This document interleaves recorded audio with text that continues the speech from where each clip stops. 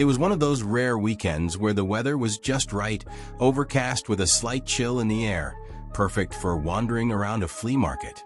I wasn't expecting to find anything special. For some reason, I had this odd impulse to go through the stalls, sifting through dusty piles of forgotten relics, old furniture, trinkets that had long lost their significance. Most people went to flea markets to find treasures, but I was just there to kill time. I meandered through the market, the occasional smell of old books and worn leather filling my nose. There was something soothing about it, like I was walking through a museum of forgotten lives. I passed the usual odds and ends: tarnished silverware, chipped porcelain figurines, and faded paintings. Nothing caught my attention until I spotted it: an old film camera sitting on a dusty shelf near the back of a vendor's stand. It was unlike any camera I had ever seen. Its body was worn, made of metal and leather with a few scuffs along the edges, as if it had been well used over the years. The lens, though slightly fogged, looked like it had seen countless moments through its glass. There was a peculiar aura about it, something timeless, as if it held secrets that had been captured within its frame. Despite the fact that I didn't collect cameras or have much of an interest in photography, I felt drawn to it. The vendor, an elderly man with deep wrinkles etched into his face, looked up as I reached for it. His eyes twinkled, as if he knew exactly what I was thinking. "Ah, you've got a good eye," he rasped, his voice thick with age. "That camera's got a story." I paused, holding the camera in my hands. It was heavier than I expected, and the metallic surface seemed cold against my palm.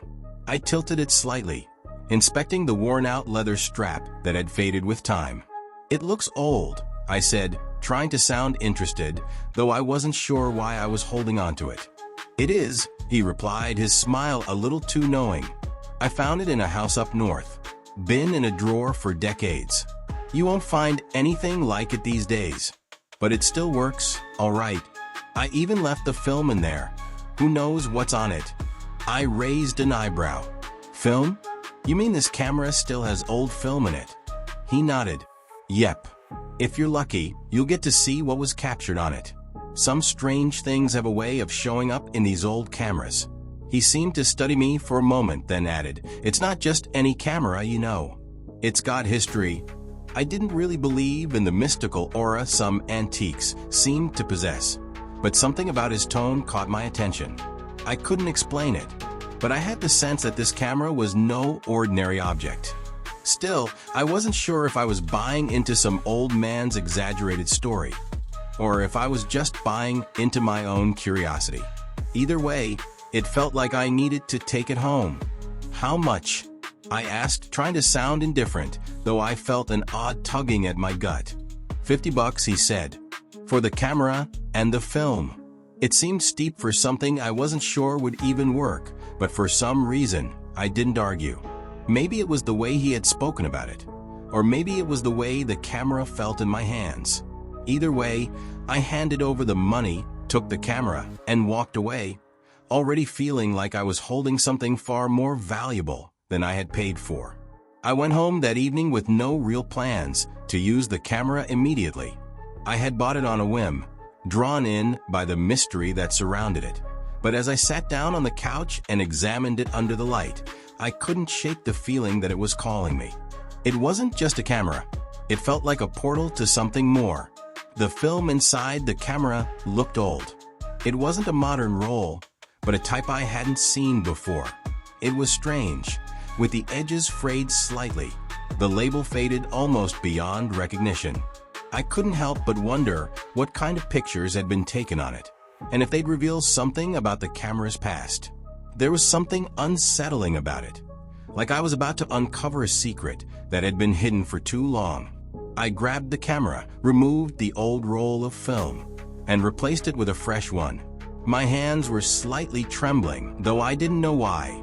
I was simply preparing it for use, ready to start taking my own photos. But as I loaded the film, I had an odd thought. What if the camera had already captured something?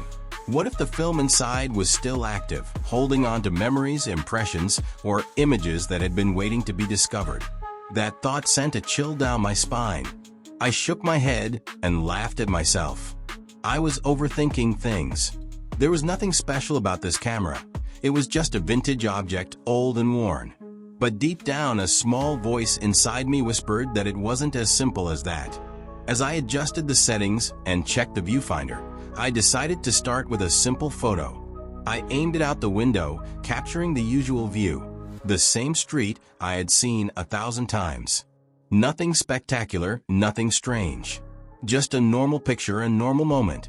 I clicked the shutter, then wound the film and took another shot. Then another.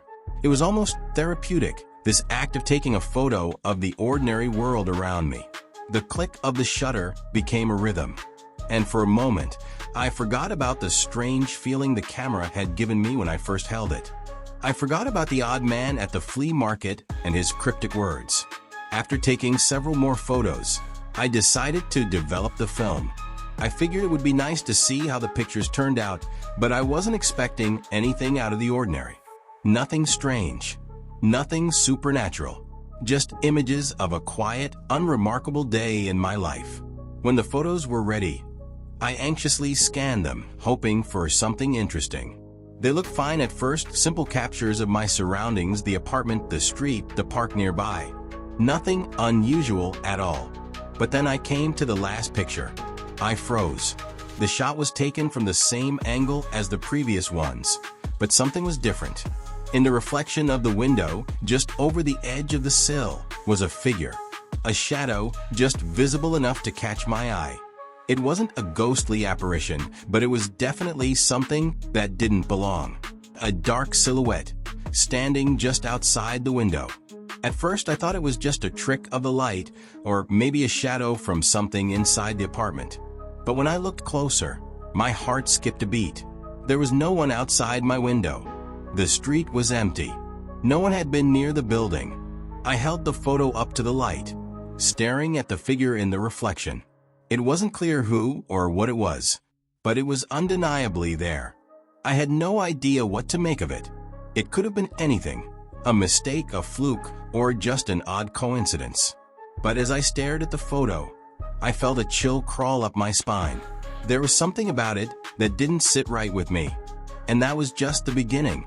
For the next few days, I couldn't shake the unsettling feeling that had settled in my chest ever since I developed that first roll of film. The figure in the window, it didn't make sense. I had tried to convince myself that it was nothing, just a trick of the light, an accident, a shadow. But the more I looked at the photo, the more I began to question what I had seen. It wasn't just a vague, indistinct shape. It was a presence, something intentional, like it was placed there, waiting to be noticed. I had kept the photo hidden in a drawer, but it haunted me. Every time I opened it, the figure seemed to stare back, its dark outline ever present. I couldn't ignore it, no matter how hard I tried. Then I made a decision. I would continue taking photos. Maybe I'd discover more. Maybe it was just a one-off incident, a quirk of the camera. Or maybe there was something more to it. I wasn't sure what I was hoping to find, but I felt the strange pull to explore it further. The next morning, I grabbed the camera and headed out for a walk. I didn't have a clear destination in mind, just a vague desire to snap some photos of the world around me. The day was ordinary, overcast with the promise of rain, the kind of day that made the world seem gray and distant. People moved about their business, oblivious to the strange turn my life had taken in the last few days. The camera was warm in my hands, like it was calling out to me, urging me to capture something, but what? I started by taking pictures of mundane scenes. The small cafe down the street, a bench under a tree in the park, a bicycle leaning against a lamppost. As I snapped these shots, I felt like something was wrong. I couldn't explain it, but I felt like I was looking at the world through someone else's eyes, as though I was capturing things that weren't supposed to be captured. After an hour of wandering, I found myself standing in front of an old house on a quiet street, one I passed by frequently, but had never really paid much attention to. It looked out of place, with its worn-down facade and overgrown garden. Something about it felt off. The house seemed older than the others around it, like it had been forgotten by time. its once vibrant colors now faded and crumbling. I couldn't resist. I raised the camera and snapped a photo. At first, everything seemed normal. The house stood still in the frame, as expected. But when I examined the image more closely, something caught my eye. The house looked different. The facade, which had been peeling and cracked in real life, appeared fresh, as if it had just been painted. The garden was neatly trimmed, the grass vibrant and green. The house didn't look neglected at all, it looked brand new. I blinked and looked at the photo again, confused. How could it look like that? I'd just been standing in front of it moments ago, and I knew for a fact that the house was in disrepair. I had even thought to myself how odd it looked, like it had been abandoned. But in the photo, it was pristine. It was as if the camera had captured a moment from the past, a time when the house had still been cared for, well kept. My mind raced, trying to make sense of it. Maybe it was just a fluke, a weird effect caused by the camera. But I knew that wasn't right. The more I stared at the image, the more I felt like it was trying to tell me something. I'd seen this house many times, and it had never looked like this. I kept walking, my thoughts consumed by the strange photo. It was one thing for a simple shadow to appear in the window, but this was different. This was like I had captured a version of reality that didn't exist anymore. A version from the past. I didn't know how to explain it, but the feeling in my gut told me that this camera, this old, worn-out camera, was showing me something more than just ordinary snapshots. It was showing me something that had been lost, something hidden. As I continued my walk, I decided to take more photos. I needed more evidence. I needed to know if this was a coincidence or if I was seeing something real. I stopped by a nearby park, one I'd frequented as a child, and took a photo of the old swing set. It was rusted now, with faded colors and missing chains, but I remembered when it had been a bright, inviting playground. I snapped the photo, then quickly checked the result. The swing set in the picture was completely different. It was vibrant, the metal shiny and new, the chains intact, the paint a bright, cheery yellow. I froze, staring at the image in disbelief.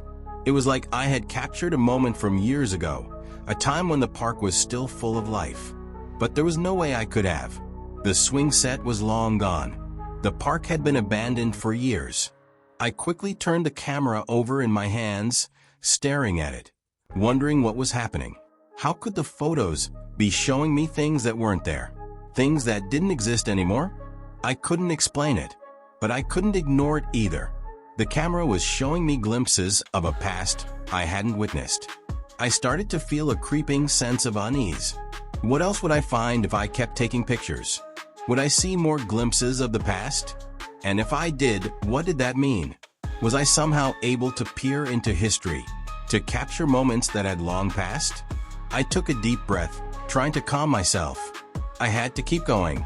I had to understand what was happening. As I made my way through the city, I continued to take photos, snapping pictures of streets, buildings, people. Each one seemed to reveal something new, something unexpected. And with every shot, the question grew louder in my mind.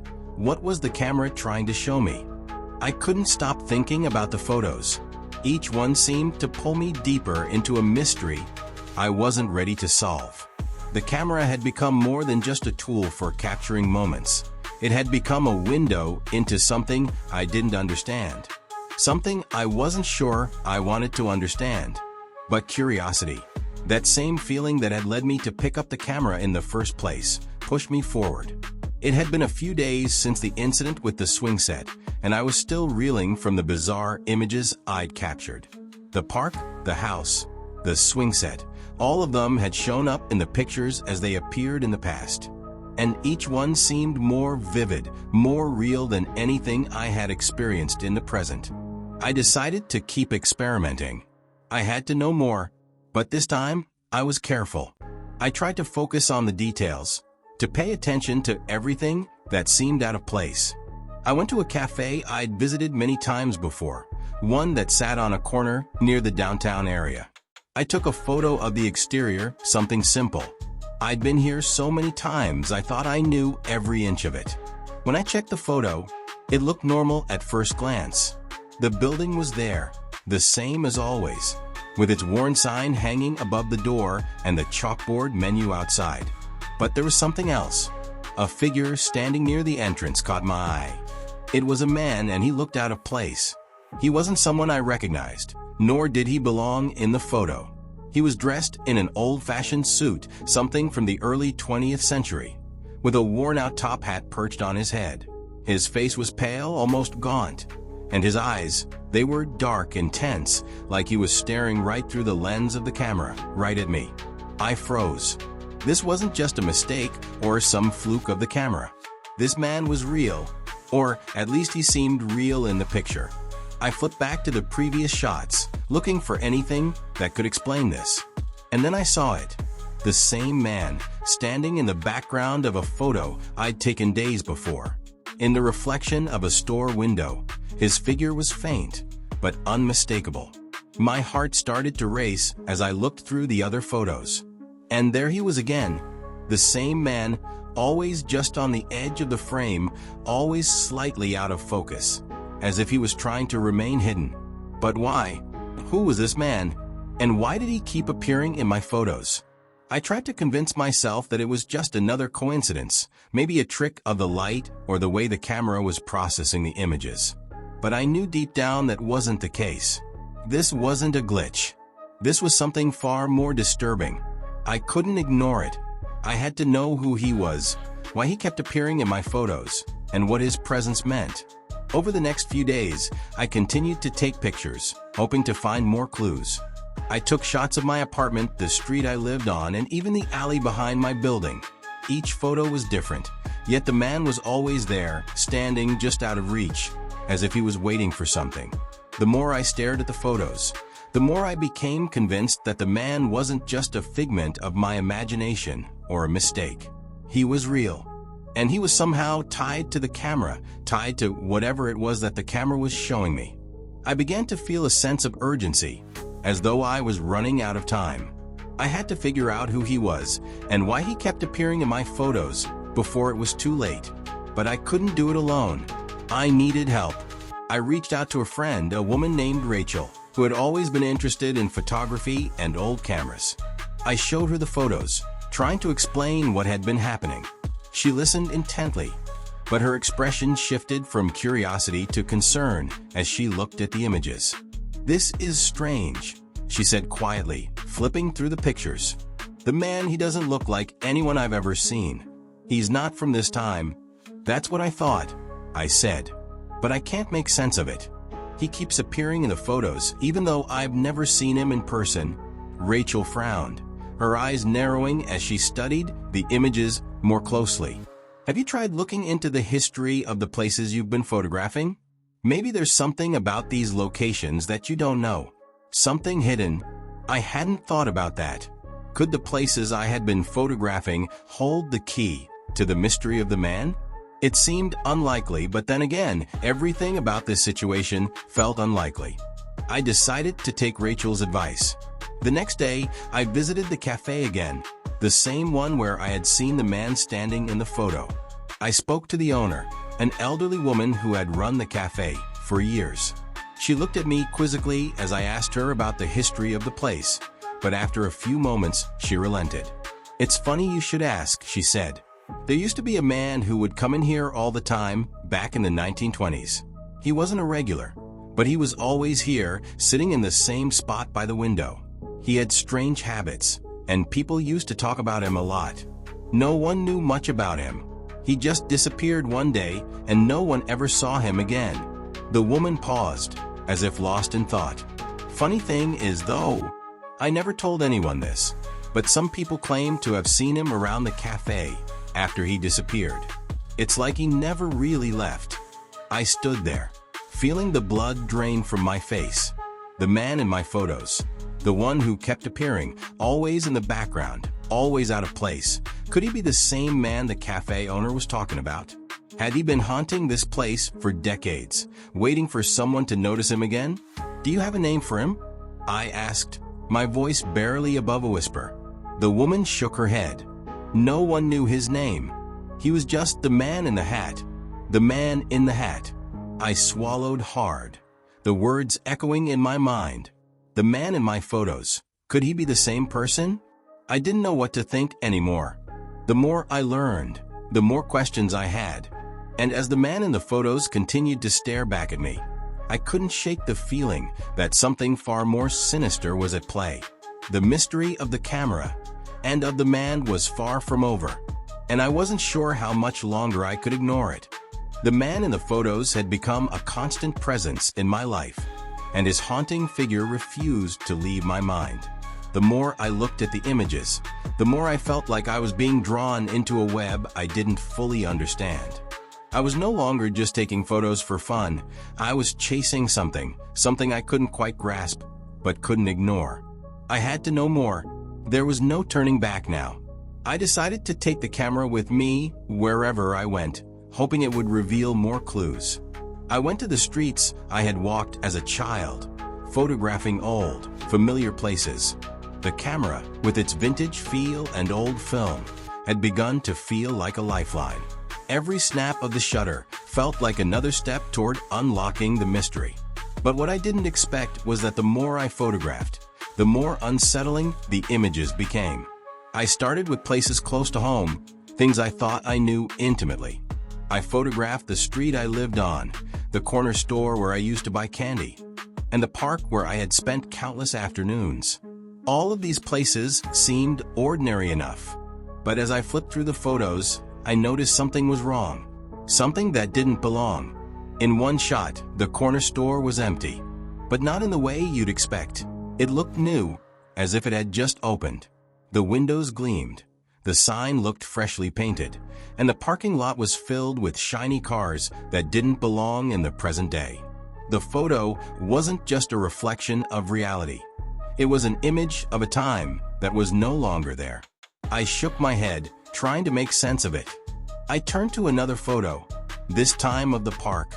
The trees were fuller, the playground more vibrant, the swings moving as if someone was pushing them. But no one was in sight. I looked back and forth between the photo and the real park. The present was still there, but the past was alive in the image, almost as though it was trying to break through the wall of time. I felt a chill creep down my spine. Was the camera showing me the past? Was it capturing things that had already happened? Or was it something more? Was it manipulating time itself? My heart began to race as I continued to look through the photos. The sense of unease grew stronger with each passing moment. And then it happened again. Another strange occurrence. Another clue. I had taken a photo of my office, a place I visited every day. The photo at first glance seemed normal. It showed the desk, the files, and the view of the street outside. But as I stared at the image, something caught my eye. A car, parked outside the building, was an older model. It was one I recognized from the past, a vintage car I had seen in the city when I was younger. But it wasn't just the car. In the window of the office, reflected in the glass, I saw something I couldn't explain. A figure, standing just outside the frame of the photo. A man, dressed in the same old-fashioned clothes, the same top hat. He was standing in front of the building, as if waiting for something, or someone. I felt my blood run cold. The man, the same man who had been showing up in all the other photos, was in this one too. But this time his presence felt more significant, as if he were trying to tell me something. His face was more distinct in this photo, his expression more intense. And once again he was staring directly at me. I tried to shake off the unease that was creeping into my mind, but it was impossible. I couldn't just ignore this anymore. Something was happening, something I didn't understand. I needed to know what it meant. I spent the next few hours researching, diving into old archives and historical records, looking for any connection between the man in the photos and the places I had photographed. But every search came up empty. No one seemed to know anything about the figure that had been haunting my photos. He didn't belong to any time, any place.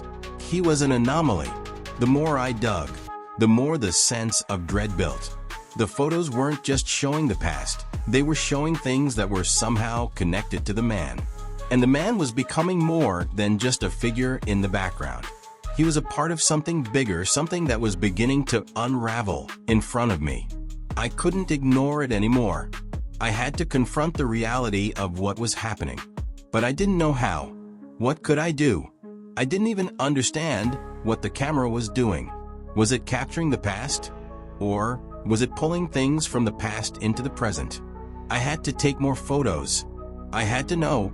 I decided to photograph the alley behind my apartment, a place that had always seemed like a forgotten corner of the city. It was dark, narrow, and always felt like it was hidden from the rest of the world. As I took the photo, I couldn't help but feel a sense of unease. The alley seemed more foreboding than I remembered. The shadows felt darker, more alive, as if something was lurking just out of sight. When I checked the photo, I saw something unexpected. The alley looked different in the image. The old brick walls were gone, replaced by something newer. The shadows were more pronounced, and the air seemed thicker, like the photo had captured the essence of the place in a way that went beyond what the camera could physically see. But what really made my stomach drop was the figure standing at the end of the alley. The man. He was there just as he had been in the other photos, but this time he was closer. He was standing at the far end, looking directly at the camera, and his expression was different now.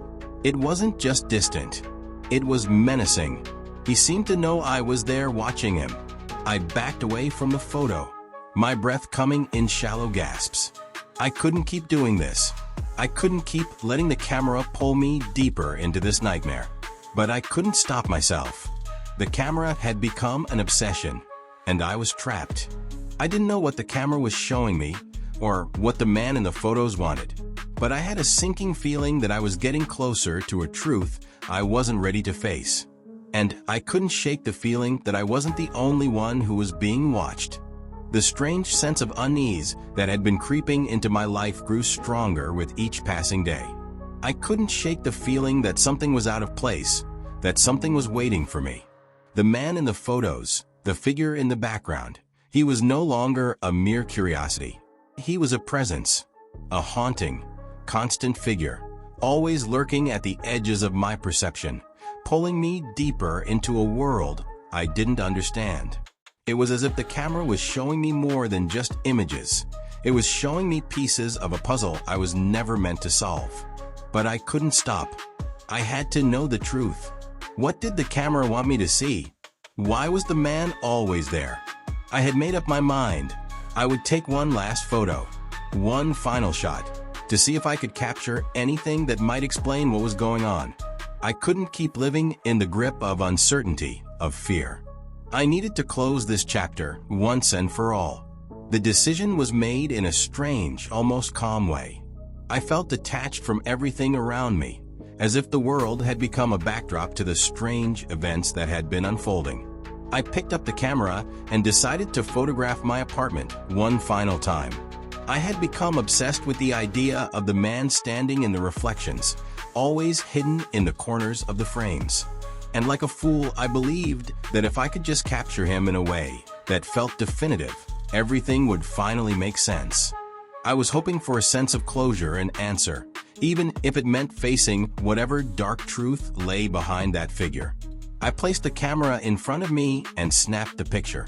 For a moment, everything seemed normal. The apartment, my space, my life, it all seemed unchanged.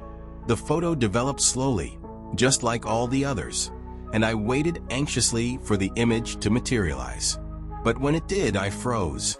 There, in the reflection of the mirror above the couch, was the man. He wasn't standing at a distance, as he had in the previous photos. He wasn't lurking in the background or off to the side.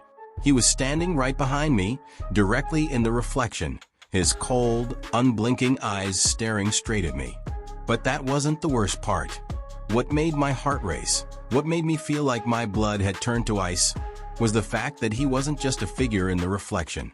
He wasn't just a part of the past. He was real. I could see him clearly now, his old-fashioned clothing, his top hat. The way his face seemed frozen in an expression of cold calculation. He was no longer just a shadow. He was real, tangible, and he was standing behind me. He was watching me. I stumbled back from the photo, my legs shaking. My breath came in short, panic gasps, and I could feel my hands trembling as I gripped the camera. What had I done? What had I unleashed? Was this some kind of curse? Some connection to the past I could never escape? I turned around quickly, hoping against hope that the reflection was just an illusion, that I was imagining things. But there was no one behind me. The apartment was as it had always been, empty, quiet, safe. My heart pounded in my chest as I slowly returned my gaze to the photo. The man was still there, standing in the reflection, his eyes locked onto mine. And for the first time, I realized that he wasn't just a part of the past. He was part of my future too. I couldn't bear to look at it any longer. The sight of him was enough to break me. I grabbed the camera and ran to the trash can, throwing it in with everything I had. I didn't want it anymore. I didn't want to know the truth. I didn't want to be part of this nightmare any longer. But even as I stood there, shaking, trying to calm myself, I felt it. That strange, heavy presence. The feeling that I was being watched. It lingered, like a shadow at the edge of my vision, always there, always following me. The camera might have been gone, but the feeling wasn't. I couldn't shake it. The man was still there somewhere, watching, waiting. And then, as if to confirm my worst fear, I heard it, a sound. Faint at first, but unmistakable. The sound of a camera shutter clicking. I spun around, heart racing, my body frozen in place. There, on the floor beside the trash can, was the camera. It was back,